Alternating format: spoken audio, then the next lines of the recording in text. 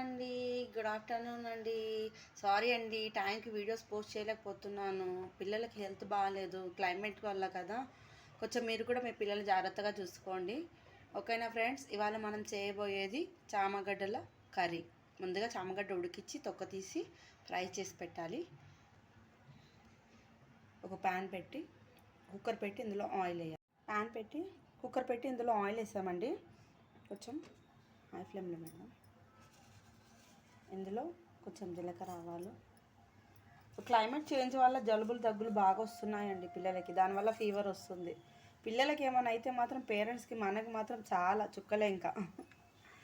Next onions.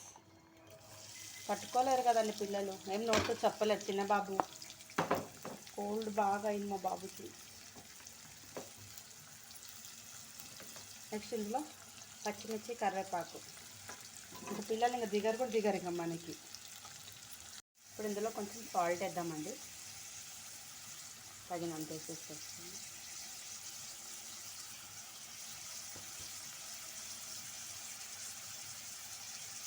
పసుపు తగినంత.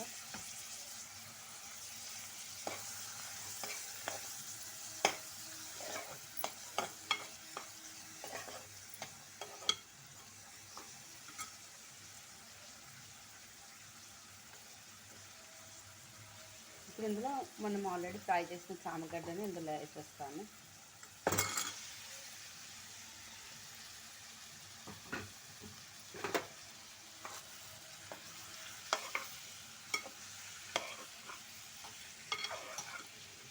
Maximum మా ఇంట్లో అన్ని కూరగాయలు మా పాపకు అలవాటు చేశాను కాబట్టి ప్రతి కూరగాయ తను తింటుంది.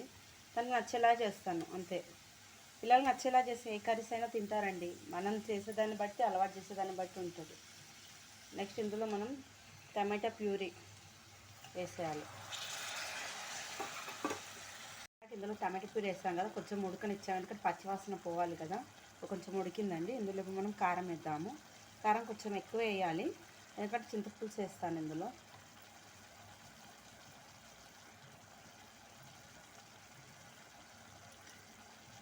ఆల్రెడీ ఉప్పు, పసుపు అన్నీ వేసేసాము. కారం కూడా వేసేసి మిక్స్ చేసి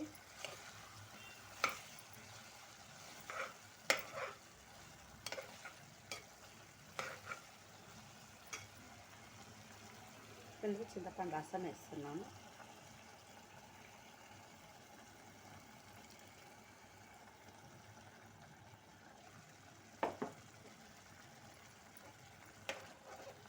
టమాటో రేట్ ఎక్కువ అయిపోయిందండి.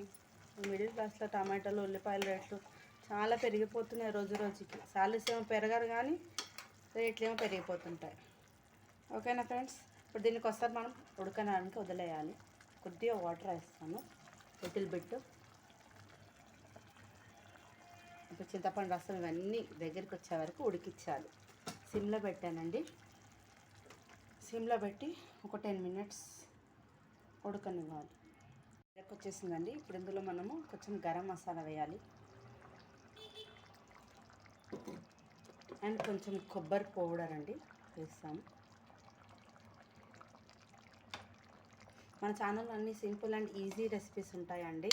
ఎవరైనా ఈజీగా చేసుకోవచ్చు. బ్యాచిలర్స్ కానీ పెళ్ళి అని పిల్లలు కానీ ఈజీగా చేసుకోవచ్చు.